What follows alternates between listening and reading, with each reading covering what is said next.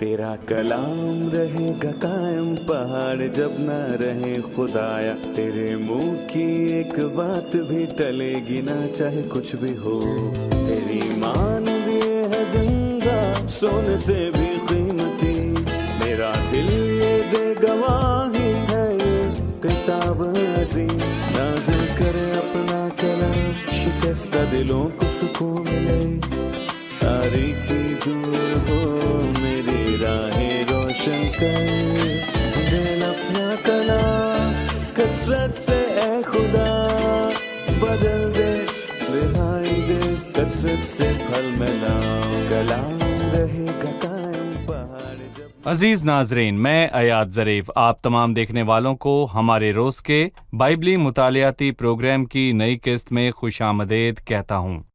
ہم دانیل کی کتاب کا مطالعہ کرتے ہوئے اس کے 6 باب پر پہنچ چکے ہیں۔ آج کے پروگرام کا آغاز کرنے سے پہلے میں اسٹوڈیو میں آئے خدا کے خادم کا خیر مقدم کرنا چاہوں گا۔ خوش آمدید بھائی یوسف۔ بہت شکریہ بھائی، اور ہمارے دیگر مہمانوں کو بھی خوش آمدید۔ ناظرین، ہم ایک چھوٹے سے وقفے کے بعد مطالعے کا باقاعدہ آغاز کریں گے۔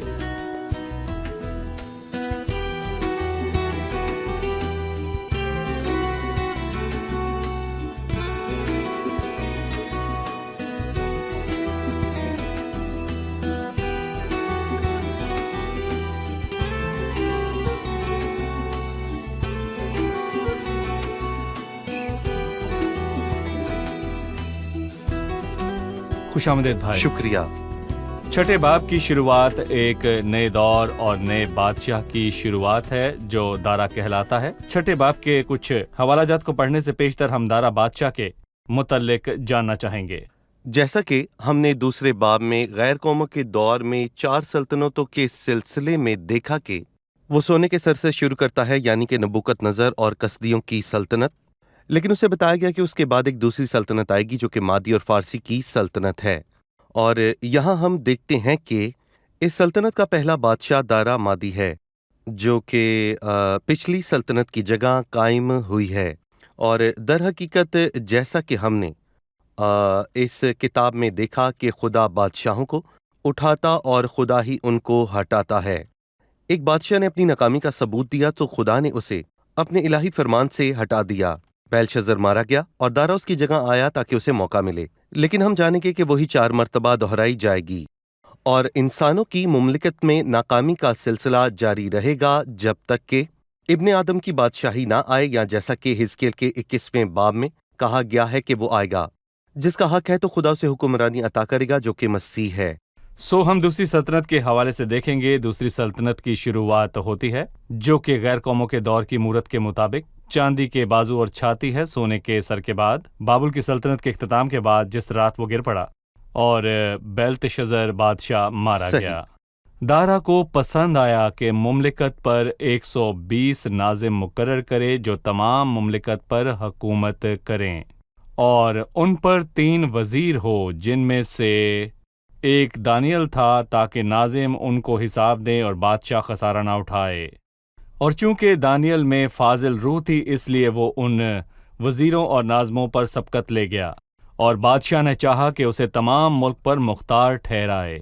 تب ان وزیروں اور ناظموں نے چاہا کہ ملک داری میں دانیل پر قصور ثابت کریں، لیکن وہ کوئی قصور نہ پا سکے کیونکہ وہ دیانتدار تھا اور اس میں کوئی خطا یا تقصیر نہ تھی۔ تب انہوں نے کہا کہ ہم اس دانیل کو اس کے خدا کی شریعت کے سوا کسی اور بات میں قصوروار نہ پائیں گے۔ پس یہ وزیر اور ناظم بادشاہ کے حضور جمع ہوئے اور اس سے یوں کہنے لگے کہ اے دارا بادشاہ، اب تک جیتا رہ۔ مملکت کے تمام وزیروں اور حاکموں اور ناظموں اور مشیروں اور سرداروں نے باہم مشورت کی ہے کہ ہم ایک خسروانہ آئین مقرر کریں اور ایک امتناعی فرمان جاری کریں تاکہ اے بادشاہ 30 روز تک جو کوئی تیرے سوا کسی معبود یا آدمی سے کوئی درخواست کرے شیروں کی مان میں ڈالا جائے۔ اب اے بادشاہ اس فرمان کو قائم کر اور نوشتے پر دستخط کر تاکہ تبدیل نہ ہو، جیسے مادیوں اور فارسیوں کے آئین جو تبدیل نہیں ہوتے۔ پس دارا بادشاہ نے اس نوشتے اور فرمان پر دستخط کر دیے۔ دارا مادی نے 120 ناظموں کے اوپر 3 سرداروں کو رکھا، ان میں سے ایک دانیل تھا और वो उन पर अफजल ठहरा, सो उन्होंने उससे अदावत और बुग़्ज़ रखी। हमें दानियल के अफजल होने के हवाले से बताइए जो मुख्तलिफ दौरे सल्तनत और मुमलिकतों में अफजल रहा। मैं दानियल को एक मोहतरम शख्स के तौर पर देखता हूँ, पहले बाब की शुरुआत ही से, जबकि वो एक बेऐब जवान था। बेशक वो खुदा की नज़र में ऐसा शख्स था जो बेऐब था। वो वफादार और दीनदार शख्स था और उसके पास शरीयत थी और उसने खुदा की शरीयत को माना, लेकिन उससे हसद किया गया। किसी समझदार इंसान ने कहा कि हसद के सामने कौन खड़ा रह सकता है, और मैं देखता हूँ कि ये कहानी बहुत कदीम है। इसका तस्करा दानियल 6 में हुआ, लेकिन हम इसके बारे में पैदाइश 3 में पढ़ते हैं। जब खुदा ने ज़मीन पर अपने नुमाइंदे को मुंतखब किया, या वो जो ज़मीन पर उसका नायब होगा, जो कि आदम था, शैतान ने उससे हसद किया, और शैतान को पहली बार ऐसा लगा कि इंसान जो मिट्टी से बनाया गया है वो उससे बेहतर है, तो इंसान खुदा की नुमाइंदगी कैसे कर सकता है, मैं कहाँ हूँ। सो शैतान ने आदम से हसद किया और उसे गिरा दिया, और हम यहाँ भी ऐसे देखते हैं। हम यहाँ के बाशिंदे हैं, लेकिन ये परदेश से आने वाला शख्स हम पर मुसल्लत हो गया है। सो उन्होंने उससे हसद किया, पर मैं कहूँगा कि दरहकीकत शैतान आदम को गिरा सकता था। और मैं ये भी कहूँगा कि ये नेक इंसान जो कि दानियल है, पहले खुदा से वफादार है और फिर बादशाह से। वो उस पर कोई इल्ज़ाम ना लगा सके और उन्हें उसकी खुदा की शरीयत के सिवा और कुछ ना सूझा। भाई, बेदागो शफाफ तारीख और नेक किरदार दुश्मनों के मुंह बंद कर देता है। जो ऐसे किसी शख्स की जिंदगी को टटोलते हैं, उसमें बहुत सी खूबियां थीं, लेकिन उसमें कोई ऐब ना निकल पाया। उसे बाहर निकालने का उन्हें किसी और तरह का रास्ता ना मिल सका। मुझे साफ और शफाफ किरदार और जिंदगी के साथ के हवाले से बताइए, ये किस तरह से दुश्मन के मुंह पर दरवाजों को बंद कर सकता है। न सिर्फ ये पता लगता है कि उसका किरदार अच्छा था, बल्कि उनका किरदार सच में बहुत बुरा था। और यहाँ हमें एक बात मिलती है जो आपने अभी पढ़ी, ताकि निज़ाम उनको हिसाब दे और बादशाह खिसारा न उठाए। हम इस तरह की बात से क्या समझते हैं? क्या वो सच में चोर थे? जी। उन्हें दयानतदार शख्स बर्दाश्त न था, जैसे आज होता है। जब आप ऊपर तक फैली हुई करप्शन के बारे में पढ़ते हैं, जिनमें वजीर और उमरा और कंपनी के मैनेजर्स शामिल होते हैं, और यहाँ सब जगह ऐसा होता है, तो हम कई बार ऐसी खबरें पढ़ते हैं। सोदारा ने हिसाब किताब के लिए एक निज़ाम बनाया। उसने वहाँ 3 सरदार रखे, लेकिन बाकी 2 मैं कहूँगा कि ऐसा लगता है कि वो रिश्वत लेकर अपनी आंखें बंद करने वाले थे। लेकिन दानियल ऐसा ना था, बल्कि मैं कहूँगा कि वो ईमानदार शख्स था। सो मैं कहूँगा उस शख्स से कोई फ़ायदा ना होता, उससे जान छुड़वाना सबसे बेहतर था। उन्होंने ज़ालिमाना अंदाज में दानियल के खिलाफ साजिश की, जो कि एक मोहतरम और बुजुर्ग शख्स था, ताकि उसे हौलनाक मौत मारें, उसे शेरों की मांद में डाल दें। लेकिन हम बाप के आखिर तक देखते हैं कि खुदा ने उसे इज्जत बख्शी। किस तरह वो जो उसे फंसाना चाहते थे, अपने जाल में खुद ही फंस गए। जी हाँ भाई यूसुफ, साजिश क्या थी? मैं कहूँगा कि वो शैतानी फंदा था जो उन्होंने दानियल के खिलाफ लगाना चाहा। दरहकीकत ऐसा लगता है कि दारा ऐसा शख्स था, और अफसोस कि दुनिया पर ऐसे बादशाह हुक्मरान हुए हैं। वो एक सादा शख्स था, जी हाँ, और ऐसा लगता है कि उन्होंने उसे आराम से धोखा दिया। इसका मतलब है कि उन्होंने उसे बेवकूफ़ बना दिया या उसे अहमक जाहिर किया। उन्होंने उससे कहा, ए बादशाह, जब वो जमा हुए, क्योंकि ये बात 3 मरतबा आई है। जी, 3 मरतबा 6ठी आयत में जमा हुए, और फिर 11वीं आयत में आया कि जमा हुए, और फिर 15वीं आयत में जमा हुए। 3 मरतबा आया जमा हुए, और वो उस शख्स के खिलाफ कुछ ढूंढ रहे थे जो बर्फ की मानंद साफ था। हम उसके खिलाफ कोई इल्ज़ाम साबित ना कर सके, सिवाय इसके कि वो मर्दे दुआ है। सो वो बादशाह के पास गए और कहा, ए बादशाह, हमारे पास एक तजवीज़ है। उसे तजवीज़ पसंद आई कि तू 30 रोज़ के लिए खुदा होगा, लेकिन वो झूठा साबित हुआ, खुदा नहीं, क्योंकि वो अपने किसी पकड़वाने वाले की दुआ का जवाब नहीं दे सकता। वो अपनी तलब को पूरा नहीं कर सका। उसके अंदर खुद एक ख्वाहिश थी जिसे वो पूरा नहीं कर सका, क्योंकि वो झूठा खुदा है जिसे लोगों ने अपने लिए मुकर्रर किया। लेकिन एक खुदा है, इसलिए इस झूठे खुदा ने हकीकी खुदा का इतराफ़ किया। दानियल, जिंदा खुदा के बंदे, तेरा खुदा जिसकी तू इबादत करता है कादिर हुआ कि तुझे शेरों से छुड़ाए। मैं नाकाम हुआ, तुझे छुड़ा ना सका। क्या तेरा खुदा तुझे छुड़ाने पर कादिर हुआ? तो जवाब था, जी हाँ। सो वो इब्लीसी साजिश ये थी कि उन्होंने कहा कि 30 रोज तक दारा बादशाह है, तब जो कोई किसी दूसरे खुदा से दुआ मिन्नत करे वो शेरों की मान में डाल दिया जाए। उन्होंने ये फरमान लिखवाया और दारा से उस पर दस्तखत करवा लिए। 3 दिनों के लिए खुदा होना कौन नहीं चाहेगा? उन्होंने इसी हरबे का इस्तेमाल क्यों किया? मैं कहूंगा उन्होंने काम पर और उसके बाद भी दानियल पर नजर रखी और उन्होंने देखा कि उसकी काम पर कोई गलती नहीं है, ठीक है, लेकिन वो 3 मर्तबा दुआ कर रहा है। उन्होंने कहा ठीक है, वो 3 बार दुआ करता था, जैसा कि ज़बूर 55 में लिखा है कि मैं सुबह और शाम और दोपहर को फरियाद करूंगा। दाऊद और दानियल 3-3 बार दुआ किया करते थे, और जैसा कि पुराने अहदनामे में रिवाज था, और यकीनन दुआ हर वक्त करनी चाहिए। हमारे पास दुआ का कोई मखसूस वक्त या मखसूस दुआएं नहीं हैं, बल्कि दुआ हर वक्त करते रहना और खुदा से रफाकत में रहना चाहिए।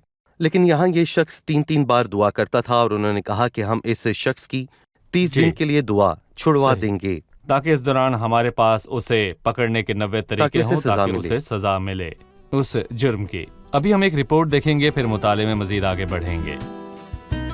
नबूकत-नज़र के दौर में वफादारों को दुख और मुसीबत से गुजरना पड़ा, जबकि उसके बाद आने वाले बेल्तशज़र के दौर में मजहब गालिब ना था, बल्कि लुत्फ और लज्जत गालिब थे।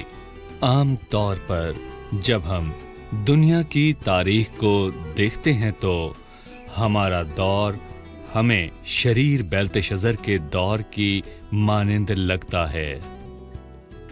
बहुत से ममालिक में यहाँ तक कि वहाँ ईमानदारों को इज़ा रसानी का सामना नहीं है, तो भी हम खुदा को किसी न किसी सूरत रंजीदा देखते हैं। हम इसका अक्स उस बड़ी ज़ियाफ़त में देख सकते हैं जिसका एहतमाम बेल्तशज़र ने किया। उसने हैकल के ज़रूफ़ का इस्तेमाल किया। बेचारे बेल्तशज़र और उसके उमरा को तहफ़्फ़ुज़ का गुमान था, जैसा आज बहुत से लोगों को है। भाई अयाद, मेरा सवाल ये है कि मादी और फ़ारस का कानून क्या है जिसे बदला नहीं जा सकता? मादी और फ़ारस का कानून क्या है जिसे बदला नहीं जा सकता? इससे पिछली मुमलिकत और इस मुमलिकत के दरमियान फ़र्क ज़ाहिर होता है, या जो कुछ हम दूसरे बाब में देखते हैं, कम से कम धात का कम होना, जी। सोने से चांदी और पीतल से लोहे तक। यकीनी तौर पर उसमें मेयारी कमी वाक़ हुई, जो उस वक्त की धात की कीमत के मुताबिक है। ये इंतज़ाम की सूरत में हुआ, क्योंकि वो नबूकतनज़र एक ज़बरदस्त हाकिम था। उसने जिसको चाहा हलाक किया और जिसको चाहा जिंदा रखा, बिना सवाल जवाब किए कि उसे जिंदा रहना चाहिए तो जिंदा रखा, अगर नहीं तो मार दिया। लेकिन मादी और फ़ारस के पास ये मुकम्मल इख्तियार ना था, क्योंकि हम सोने से चांदी पर आ गए हैं और उनके पास कानून था, और वो ऐसा कानून था जिसको बादशाह भी तोड़ नहीं सकता था। और जब हम तीसरी मुमलिकत पर पहुंचते हैं तो वो इससे भी कमतर है, और जब तक हम चौथी मुमलिकत तक नहीं पहुंच जाते हैं तो हमें दुख और दर्द और जवाल दिखाई देता है, जबकि पिलातुस की अदालत में मसीह बेकसूर रहता है। लेकिन मैं कहूँगा कि वो दरअसल लोगों को खुश करना चाहता था, और फिर कानून के होते हुए कोई और कानून ना था, और वो दरअसल मसीह को मसलूब करने पर राजी हो गया। लोगों की भीड़ और मजमे ने उसे मना लिया, उन्होंने और उसे वो मनवा वो लिया। करना चाहता था जिससे वो भीड़ खुश हो जाए। सो उसने मसीह को मसलूब करने का फरमान जारी किया, और इससे हमें ये पता चलता है कि मुमलिकतें बद से बदतर होती चली जाएंगी जब तक कि मसीह आकर बादशाही नहीं करेगा। और देख, एक बादशाह सदाकत से सल्तनत करेगा और शहजादे अदालत से हुक्मरानी करेंगे, और यही सच है। भाई यूसुफ, आपने जिक्र किया कि दानियल दिन में 3 बार दुआ करता था। ये आने वाली आयत से वाज़े है, 10वीं आयत से। मैं एक अमली सवाल करना चाहता हूँ।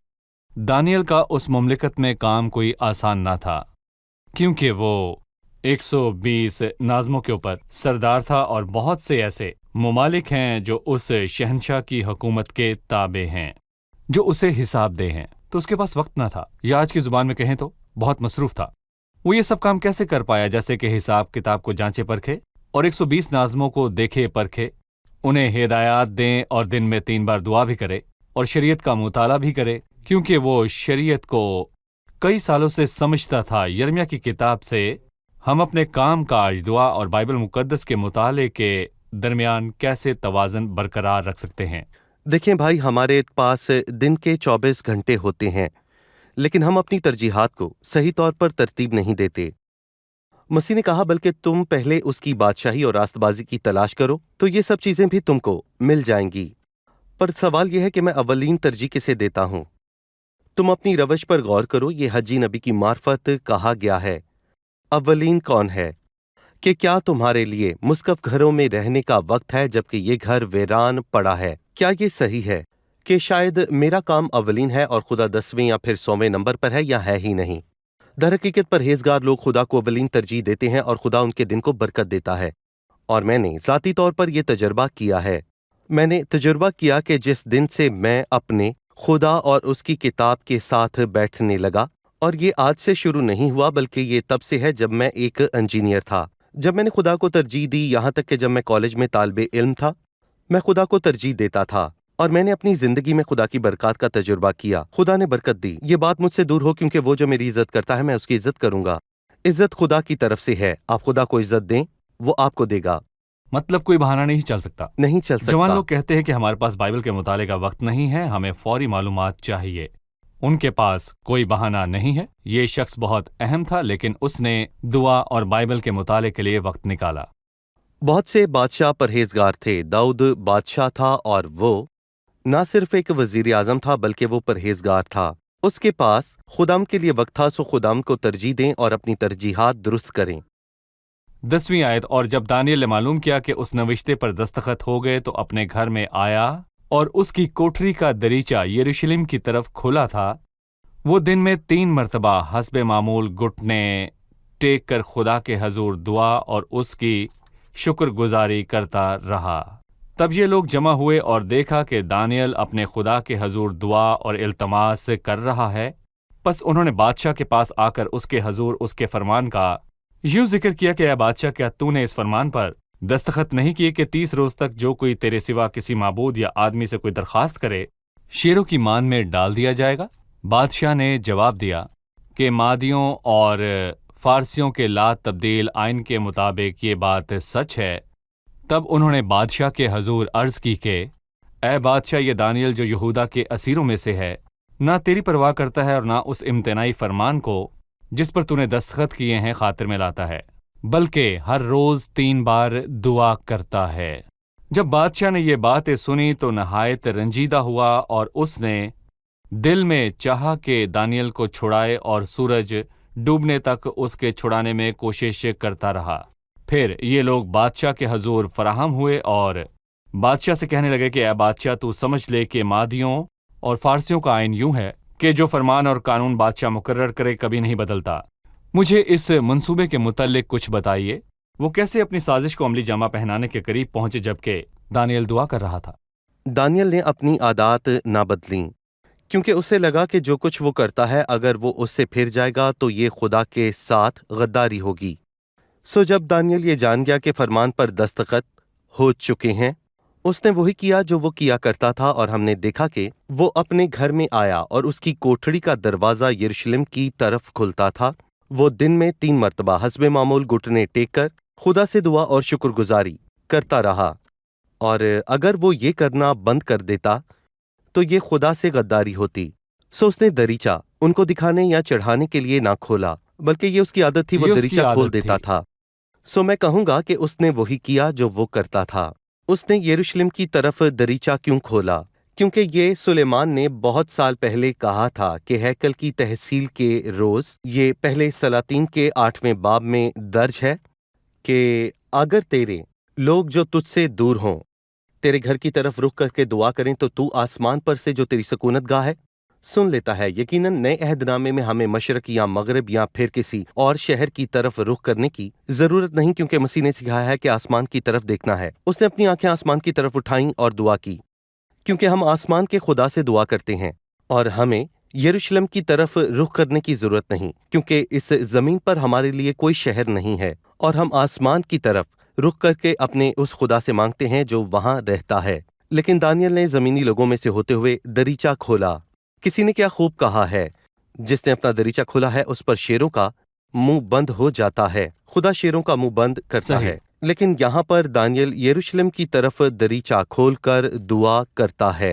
आपने इशारा किया कि जब उसने दरीचा यरूशलेम की तरफ खोला तो इससे जुग्राफिया सिमत का तयन नहीं होता, क्योंकि नए अहदनामे में दुआ की कोई मखसूस जुग्राफिया सिमत नहीं है जिसका रुख करके हम दुआ करें। चूंकि वो जिस्मानी हालत में था और उसने झुककर खुदा की शुक्रगुजारी की, क्या दुआ के लिए कोई खास जिस्मानी हालत है जिसे हम कह सकें कि यह हालत दुआ की है और इसके बगैर दुआ करना अच्छा नहीं? दरअसल कोई भी हालत दुरुस्त है। मैं कहूंगा कि विक्टर हुगो ने बहुत ही अच्छी बात कही। उसने कहा कि हमारे दिल झुके होने चाहिए, फिर भले ही हम अपने जिस्मों के साथ ना झुकें। यूना मछली के पेट में झुकने के काबिल ना था, लेकिन उसने जिस हालत में दुआ की, क्या वो दुआ सही थी?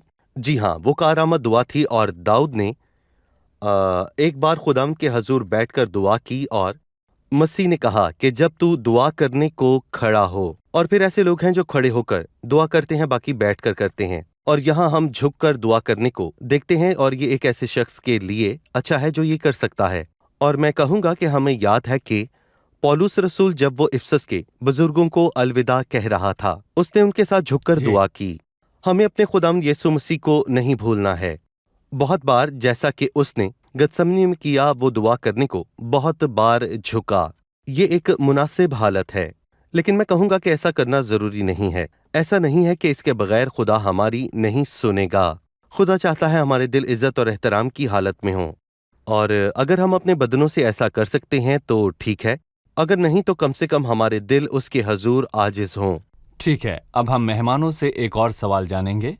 मेरा एक सवाल है कि बादशाह का दिल दानियल के हक में था और उससे मोहब्बत रखता था।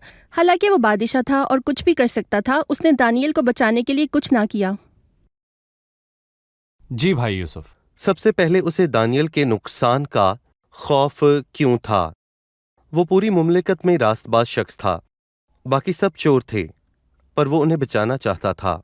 उसने ना बचाया क्योंकि मादी और फारसी का कानून बदल नहीं सकता था। वो कानून के हाथों मजबूर था।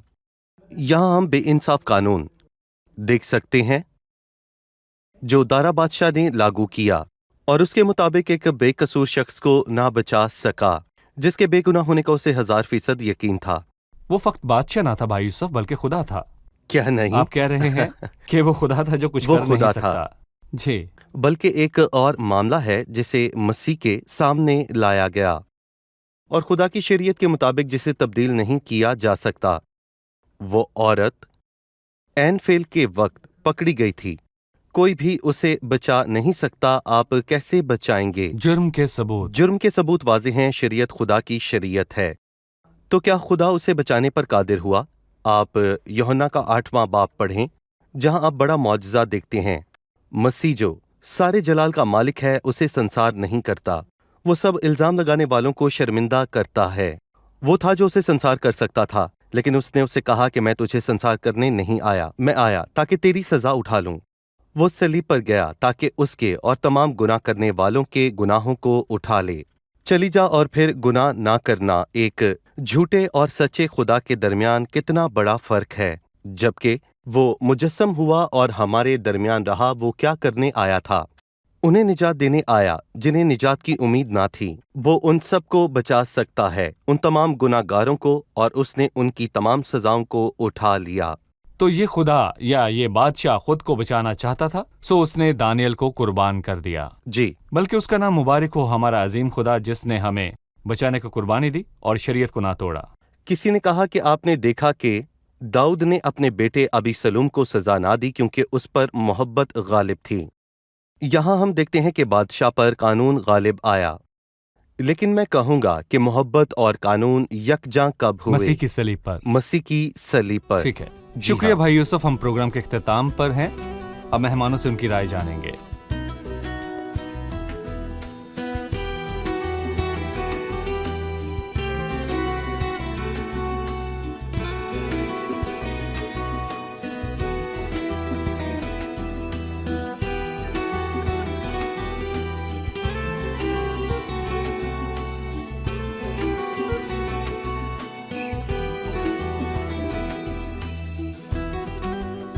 जैसा कि हमने पढ़ा कि छठा बाब दारामादी के तस्करे से शुरू होता है, उसके मुतालिक हमें बताएं। ये बादशाह यानी दारा मादी और फारस की सल्तनत का पहला बादशाह था, जो बाबुल की सल्तनत के गिरने के बाद आया, जिसका आखिरी बादशाह बेलशज़र था। یہ سلطنت نبوکد نظر کے خواب میں دکھائی دینے والے سینے اور بازوؤں کو پیش کرتا ہے۔ یہاں ہم دھات کے کم تر ہونے کو بھی دیکھ سکتے ہیں کیونکہ سینہ اور بازو چاندی کے سینہ اور بازو چاندی کے تھے۔ ٹھیک ہے، شکریہ جی بھائی، ٹھیک ہے۔ صحیح۔ بائبل کہتی ہے جب دانیال نے معلوم کیا کہ اس نوشتے پر دستخط ہو گئے تو اپنے گھر میں آیا اور اس کی کوٹری کا دریچہ یروشلم کی طرف کھلا تھا۔ وہ یروشلم کا رخ کر کے دعا کر رہا تھا۔ آپ اس میں کیا دیکھتے ہیں؟ جب سلیمان بادشاہ نے ہیکل کو تعمیر کیا، اس کی تخصیص کے وقت اس نے خداوند سے درخواست کی کہ اگر تیرے لوگوں میں سے کہیں کوئی یروشلم کا رخ کر کے دعا کرے تو سن کر اسے جواب دینا۔ سو اس نے جواب دیا۔ اس کا ذکر پہلے سلاطین جی، بالکل 8ویں باب صحیح۔ میں ہے۔ صحیح۔ آپ سب کا شکریہ بھائی یوسف، آپ خدا کا آپ کو بھی برکت شکریہ۔ دے۔ ناظرین، دانیال کی وفاداری ہر سلطنت اور ہر زمانے میں بدستور قائم رہی کیونکہ وہ خدا کی شریعت سے جڑا تھا۔ اس کے خدا کی شریعت اس کے دل میں تھی۔ اس کے خدا کی شریعت سے تعلق اور اپنے خدا کی شریعت سے تعلق نے اسے غیر معمولی شخص بنایا، اس لیے اس کی تاریخ صاف و شفاف تھی۔ سب دشمنوں نے اس کے کردار میں نقص تلاش کیے تاکہ اس پر کوئی الزام لگائے، لیکن نہ کر سکے۔ اس میں ہمارے لیے سبق ہے کہ ہمارا کردار ہمارے خدا اور منجی کی تعلیمات کو پیش کرتا ہے۔ جب آپ شریعت کے نزدیک ہوتے ہیں تو آپ پاک کلام کے نزدیک ہوتے ہیں۔ جب بائبل کے نزدیک ہوتے ہیں تو کلام مقدس آپ کی رہنمائی کرتا ہے۔ جب آپ بائبل کے خدا کے نزدیک ہوتے ہیں تو آپ کی زندگی خدا اور منجی کی تعلیمات کو ظاہر کرے گی تاکہ وہ سب جو ہمارا نیک کردار دیکھتے ہیں ہمارے باپ کو جو آسمان پر ہے جلال دیں۔ لہٰذا عزیز ناظرین، اچھا کردار دنیا میں ہمارا سرمایہ ہے۔ ایک دن جب ہم مسیح کے تخت کے آگے حاضر ہوں گے، ہمیں ہماری نیتوں، خدمتوں اور نیک کردار کے مطابق انعامات ملیں گے جن سے ہم نے مسیح یسوع کے نام کو جلال دیا۔ آپ سے اگلی قسط میں پھر ملیں گے جس میں ہم جانیں گے کہ دانیال کے ساتھ کیا ہوا، کیسے ہوا، اسے کس طرح شیروں کی مان میں ڈالا گیا، خدا نے اسے بچانے کو کیسے مداخلت کی۔ یہ سب کچھ ہم جانیں گے اگلی قسط میں۔ خداوند آپ کو برکت دے۔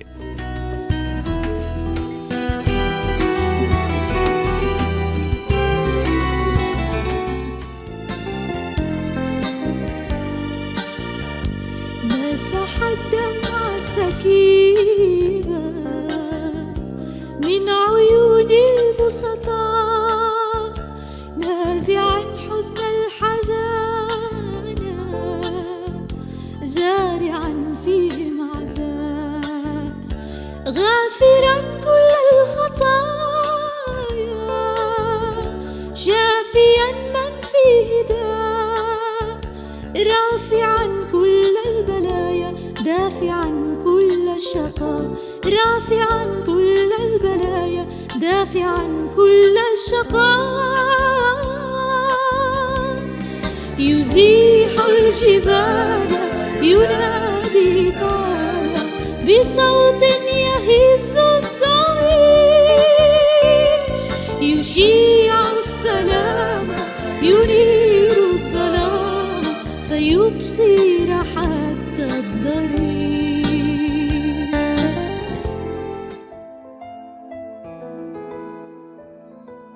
تیرا کلام رہے گا قائم پہاڑ جب نہ رہے خدایا، تیرے منہ کی ایک بات بھی ٹلے گی نہ چاہے کچھ بھی ہو، تیری مان دیے ہے زندہ سونے سے بھی قیمتی، میرا دل یہ دے گواہی ہے یہ کتاب عظیم، نازل کرے اپنا کلام شکستہ دلوں کو سکون ملے، تاریکی دور ہو میری راہیں روشن کر، دل اپنا کلام کثرت سے اے خدا بدل دے، رہائی دے کثرت سے پھل میں نام، کلام رہے گا قائم پہاڑ جب نہ رہے خدایا، تیرے منہ کی ایک بات بھی ٹلے گی نہ چاہے کچھ بھی ہو۔